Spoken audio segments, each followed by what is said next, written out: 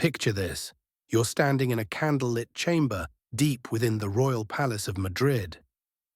The year is 1700, and the air is thick with the scent of incense and decay. In front of you lies the most powerful monarch in Europe, Charles II of Spain. His pale body is stretched out on a cold marble slab, surrounded by the finest physicians of the Spanish Empire, but none of their experience has prepared them for what they're about to find. The moment the scalpel cuts through royal flesh, the illusion of divine perfection shatters. The truth they uncover will challenge everything Europe believed about kingship, medicine, and the limits of human biology. This isn't just a story about royal disease. This is the story of how generations of inbreeding turned one man's body into a biological disaster. A human being so genetically broken that he became both a king and a cautionary tale. Charles II of Spain was the final branch of the Spanish Habsburg line, a dynasty that treated genetics like a closed loop. They married cousins, uncles, nieces. Sometimes the same names appeared multiple times on the family tree, except it wasn't really a tree anymore. It was a spiral, tightening around one tragic result. Charles wasn't just a sickly monarch, he was the culmination of centuries of dynastic obsession. By the time he was born in 1661, his inbreeding coefficient was higher than that of a child born to brother and sister. Let that sink in. His DNA was so condensed, so recycled, that he was more genetically compromised than the offspring of siblings. From the beginning, the signs were there.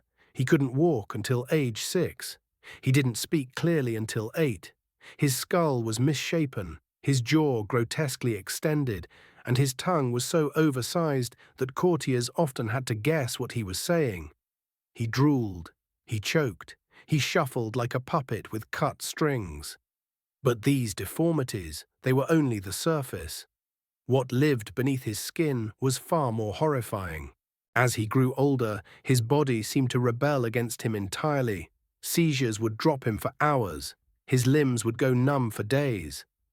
At times, he simply stopped.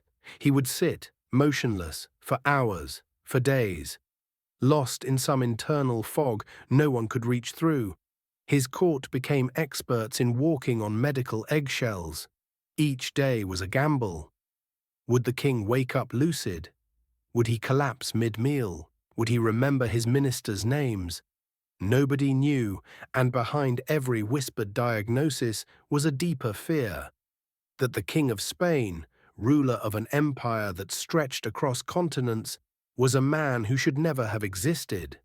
And then there was the matter of the heir, or rather, the lack of one. Despite 2 marriages, Charles was childless. He knew it, feared it, hated it. He tried everything: doctors, alchemists, prayers, potions, pilgrimages. But his body wasn't just broken, it was genetically finished.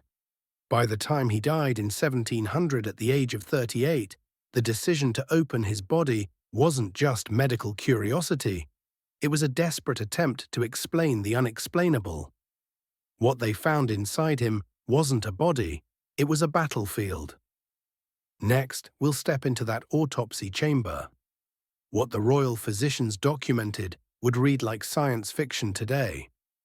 Dawn broke over Madrid on November 2nd, 1700, but inside the palace, time stood still. Charles II, King of Spain, had been dead for less than a day. But what lay beneath his skin was already decades dead.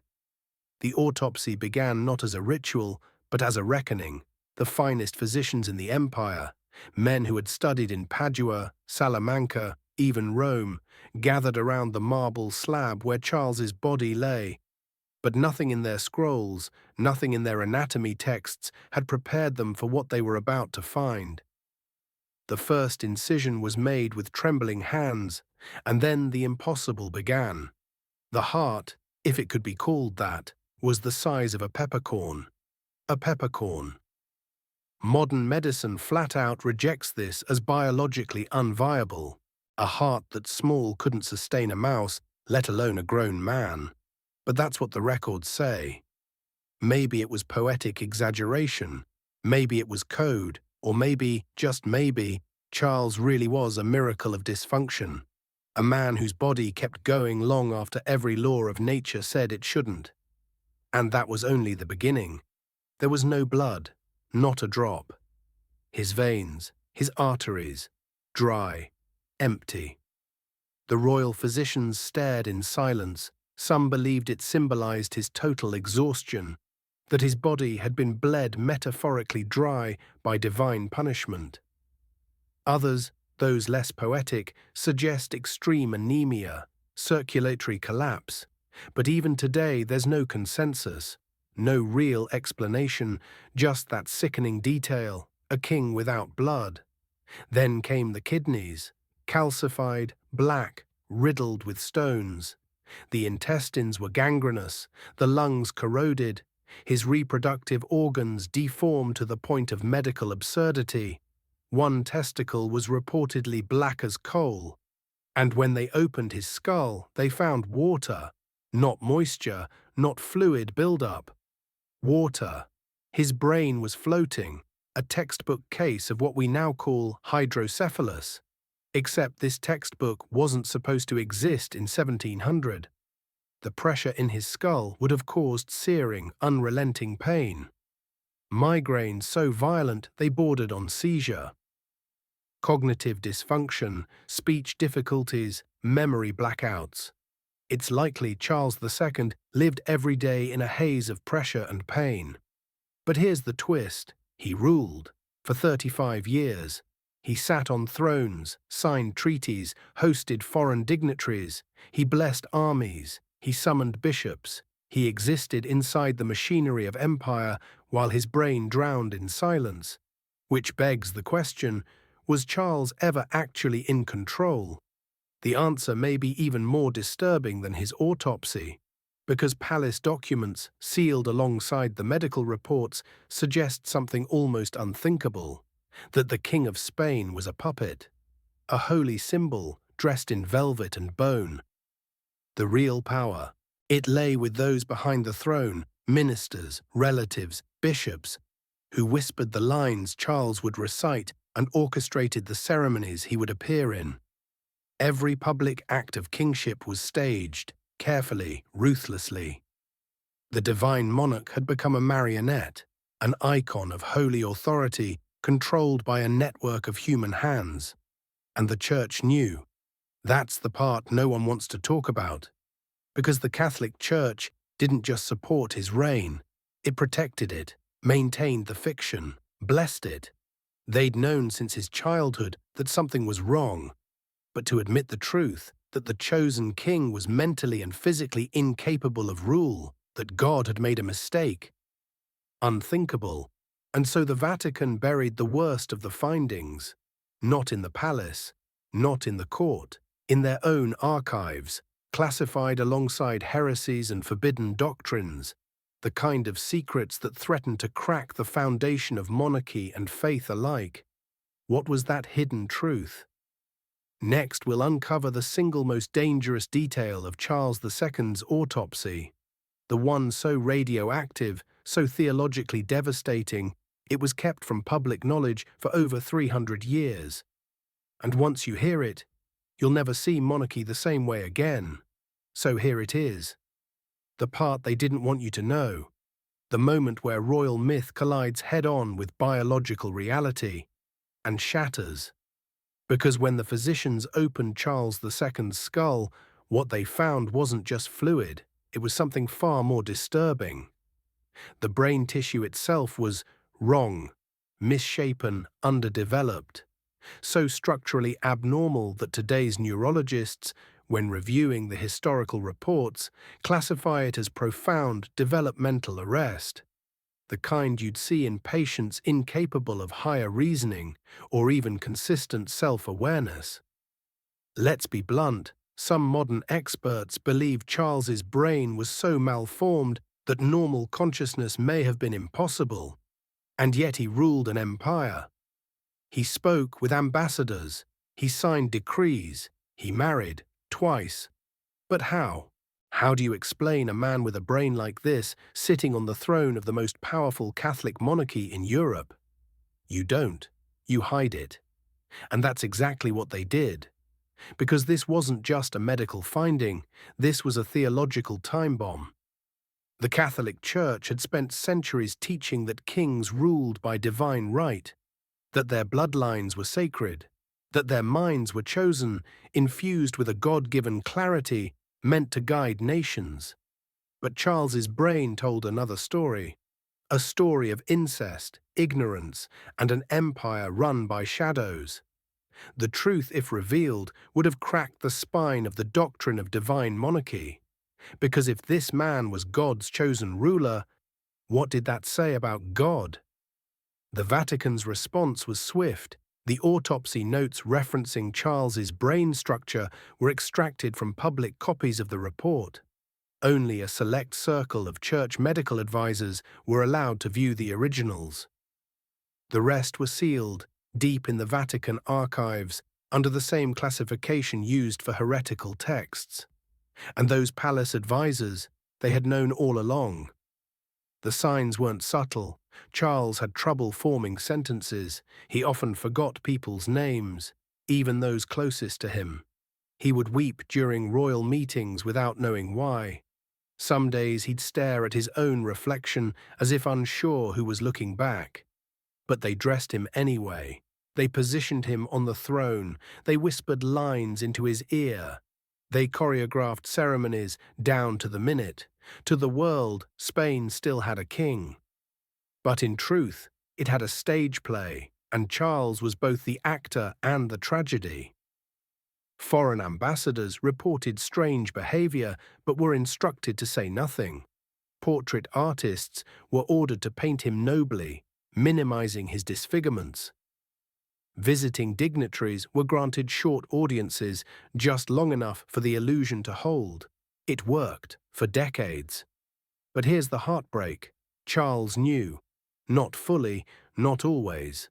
But there are records, private accounts from palace staff, that he would sometimes ask, "Why do people stare?" Or, "What did I say wrong?" Or worse, "Was I king today?" Moments of terrifying clarity, just enough to feel the weight of what he didn't understand. Enough to suffer. This wasn't just a medical case or a royal scandal, it was psychological imprisonment. A man born into power but never allowed to be a person. A body turned into a symbol, a mind lost before it could ever be found. And yet, he bore it for 35 years. But we're not done. Because while Charles II's body was being unwrapped like a broken relic in Madrid, another king, his namesake, was dying across the sea. A different Charles II of England. And his body held secrets just as dangerous. Secrets not of blood, but of mercury, madness, and a deathbed conversion that could have torn England apart. Next, we cross the Channel to Whitehall Palace, 1685, where a king's obsession with alchemy would slowly poison his body, and his final confession would ignite one of the greatest political cover-ups in British history. And unlike Spain's secret, this one was intentional. This story begins underground, in the basement of the palace, in a private laboratory thick with fumes and secrecy, where the king himself was conducting experiments that would, quite literally, melt his mind. Because Charles had a secret obsession, not politics, not war, not even women, though his appetite in that realm was legendary. No, his real obsession was alchemy, the mystical, half-scientific quest to transform base metals into gold, to turn the physical into the divine, to cheat nature, to touch God. And his chosen instrument of transformation, mercury, that shimmering liquid metal, beautiful, mysterious, and lethal. Charles would spend hours in that lab, heating mercury in open crucibles, inhaling vapors he couldn't see, couldn't smell, but which were burrowing into his bloodstream with every breath. At first, no one noticed. He was still the merry monarch, tall and charismatic, always laughing at court jesters, dancing with mistresses, playing with his spaniels. But then the tremors started, a shaking hand, a slurred phrase. Forgetfulness, fatigue, strange mood swings. The court whispered about overwork. Stress, age. No one suspected that the king was poisoning himself in pursuit of a dream forged in medieval fantasy.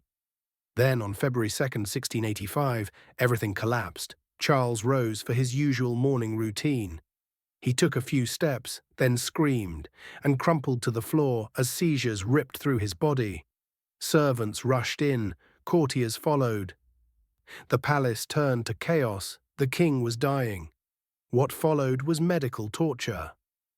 His physicians, armed with the best knowledge of the 17th century, did what doctors did back then.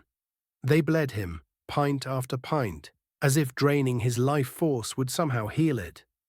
They placed blistering cups on his skin, burning welts into his back to draw out poison. They forced purgatives down his throat, powders and tinctures designed to induce violent vomiting and diarrhea, anything to expel the mystery inside him. But nothing worked because the poison wasn't in his stomach. It was in his blood, his brain, his very bones. He was dying from mercury poisoning, but no one knew. Not then. Not for another 300 years. The seizures came again, then coma, then lucidity, then collapse. And in the quiet, shivering moments between, Charles made a decision that would send shockwaves through British history, one that he had prepared for, secretly, for over a decade. A truth too dangerous to speak while alive, but one he had to carry into death. Because while the court scrambled to save his body, Charles was preparing to save his soul. He summoned his brother, James, Duke of York. He whispered instructions. The doors were locked, the guards dismissed, every Anglican bishop sent away, and then, through the secret passageways of Whitehall, a single man entered the royal chambers, Father John Huddleston, a Catholic priest, the same priest who had once saved Charles's life after Cromwell's men nearly captured him decades earlier. Now he was here for a different kind of salvation. In the flickering candlelight, the Protestant King of England, defender of the Church of England, head of the Anglican faith, confessed. He converted. Silently, urgently, he renounced his Protestant faith and was received into the Roman Catholic Church. If word had gotten out, it would have shattered the realm. England still bore the scars of religious civil war. The gunpowder plot, the memory of Bloody Mary, the terror of Catholic conspiracies, it all lived in the national psyche. A Catholic king, even in death, could ignite rebellion. War, regime collapse, and so the secret was sealed. Father Huddleston gave Charles the Eucharist. It got stuck in the king's throat. He whispered weakly, "You have saved me twice, first my life, now my soul." No record of this appears in the official state documents. The bishops who buried Charles had no idea they were laying a Catholic monarch in the ground beneath Westminster Abbey. The deception was total, perfect, and intentional. But what most don't know is this: Charles had planned it for years. Next, we'll uncover the Treaty of Dover, the French gold that funded this quiet betrayal, and the secret clause that promised military backup if England rose in revolt. Because Charles didn't just die with a secret, he lived with one every single day. So here's what most history books leave out. Charles II's secret deathbed conversion wasn't a spontaneous act of spiritual desperation. It was a long-planned deception, carefully constructed behind the velvet curtains of power and funded with foreign gold. Let's rewind the clock to 1670. England was broke. The crown was mired in debt from wars it couldn't win and court expenses it couldn't stop. Parliament was increasingly hostile, the Protestant elite was paranoid, and Charles, ever the pragmatist, was running out of options. Enter Louis XIV of France, the Sun King, Europe's most powerful Catholic monarch. Lavish, ruthless, brilliant, and Charles's cousin, Behind closed doors, in a chateau outside Dover, the two kings struck a deal that would reshape the future of England. It was called the Treaty of Dover, and on the surface it looked like a standard alliance. Trade agreements, mutual defense, diplomatic formalities, but buried in the secret clause, known only to a handful of men, was something incendiary. Charles II agreed to publicly convert to Catholicism. In return, Louis would pay him an annual subsidy of 200,000, a fortune at the time, and supply 6,000 French troops if the English people revolted. Let that sink in. The King of England made a deal to abandon the national religion and accept foreign military protection against his own subjects. For 15 years, Charles delayed the public conversion, always finding reasons to wait. Political instability, war with the Dutch, parliamentary unrest. But the gold kept coming, quiet shipments from France, routed through intermediaries, hidden from the books. And all the while, Charles walked a tightrope between his public Anglican image and his private Catholic sympathies. He rebuilt monasteries under the guise of charity. He welcomed Jesuit advisors under diplomatic titles. He attended Catholic Mass in private chapels, swearing his household to silence. He was, in every sense, a king at war with himself. One eye on God, the other on Parliament, and his feet dangling over the abyss of civil war. But he also understood power. Charles knew that if he converted while alive, England would explode.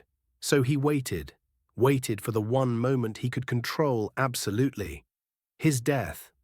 On his deathbed, there would be no parliaments, no press, no mobs in the streets, just silence, candles, and the final decision.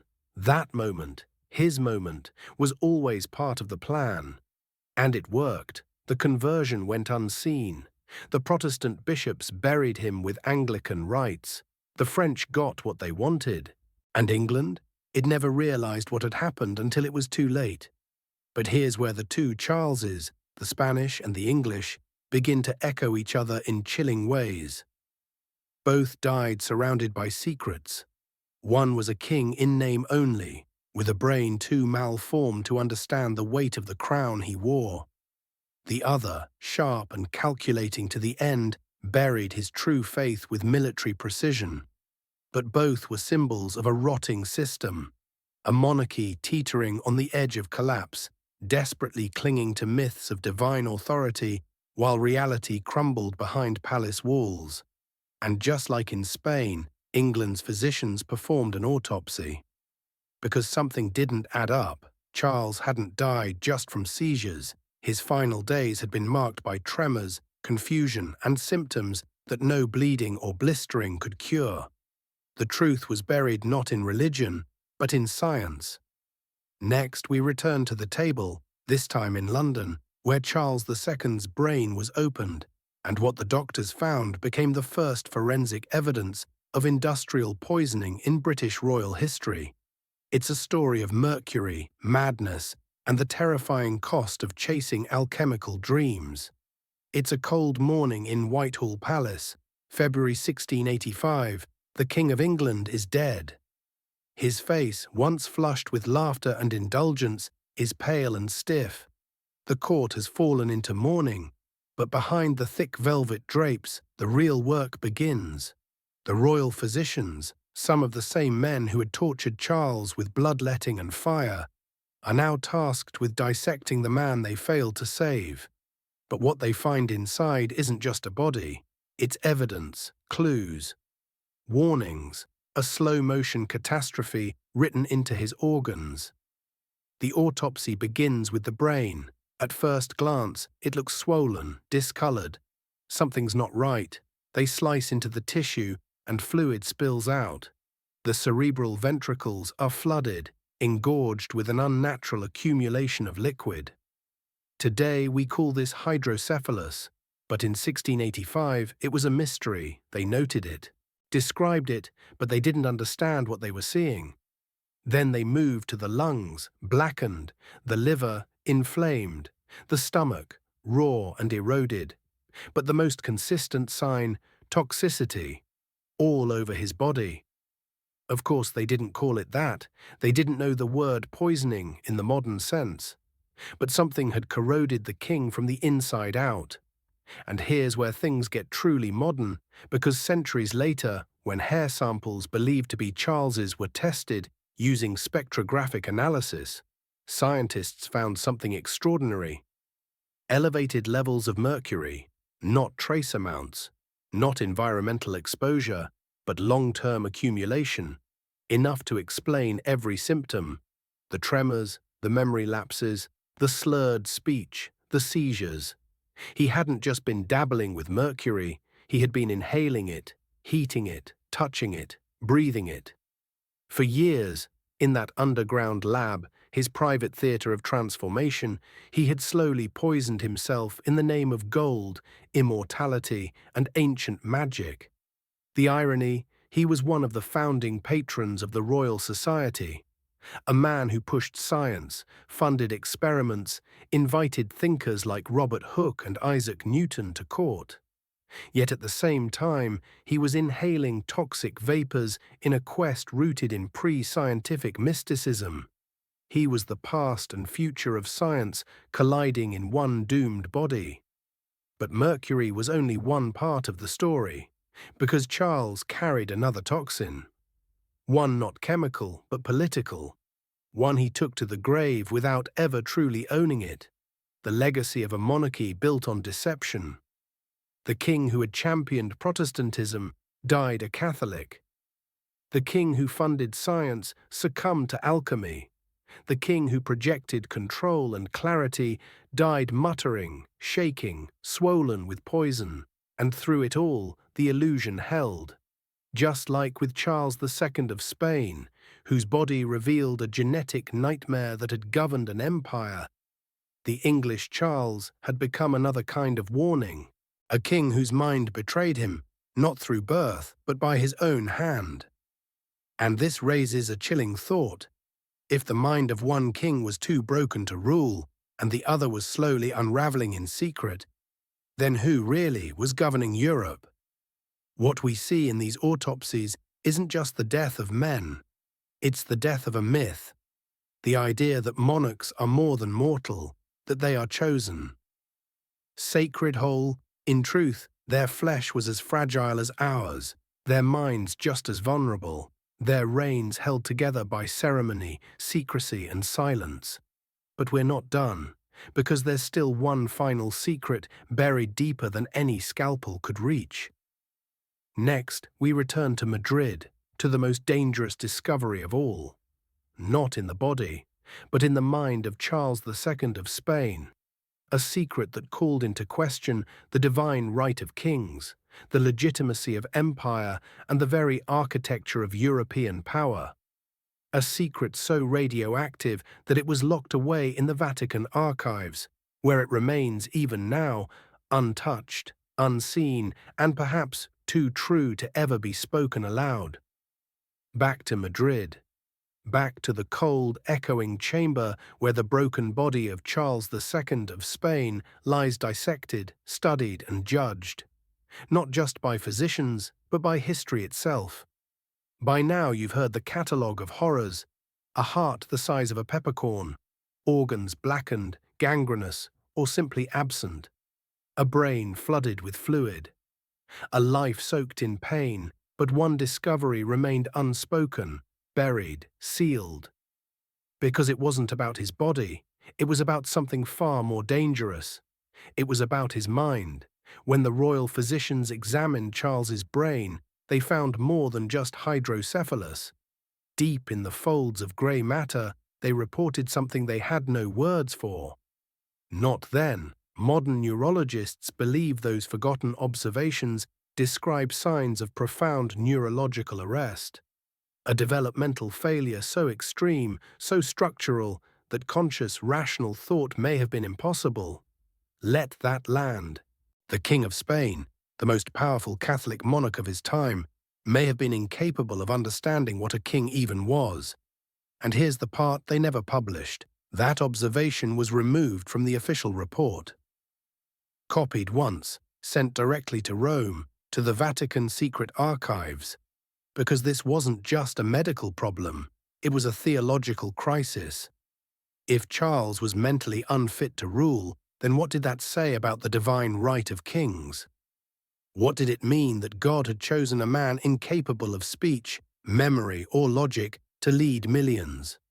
What did it say about the church that had crowned him, blessed him, propped him up for decades as the living embodiment of God's will? The truth was unthinkable, so they didn't think it. They buried it. The findings were classified under the same security as ancient heresies.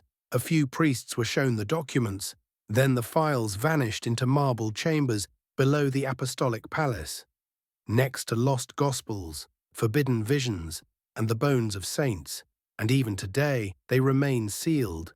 But fragments survive. Palace records, private letters, testimonies from court servants who whispered the same word again and again. He didn't know. He didn't know who people were. He didn't know what day it was. He didn't know what laws he signed. He didn't know that he was king. Because Charles II of Spain wasn't a monarch. He was a puppet, a holy prop, a body kept alive for the sake of ceremony, while others ruled in his name, and the church knew. They managed the illusion because the alternative, the collapse of divine monarchy, was too dangerous to contemplate. So they chose fiction over truth, ritual over reality, power over mercy. And Charles? He spent 38 years as a symbol, not a person, dressed in royal robes, moved like a chess piece.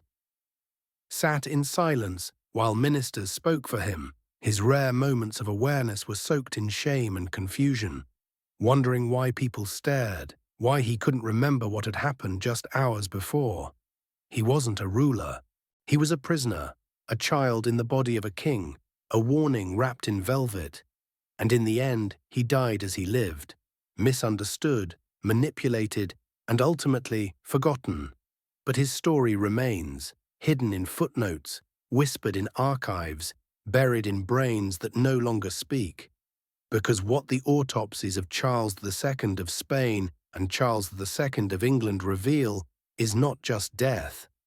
They reveal the greatest lie of their age, that kings are chosen by God, that their power is sacred, that their minds are flawless, that bloodlines protect truth. In reality, one king's body was a medical impossibility. The other's mind was corroded by poison.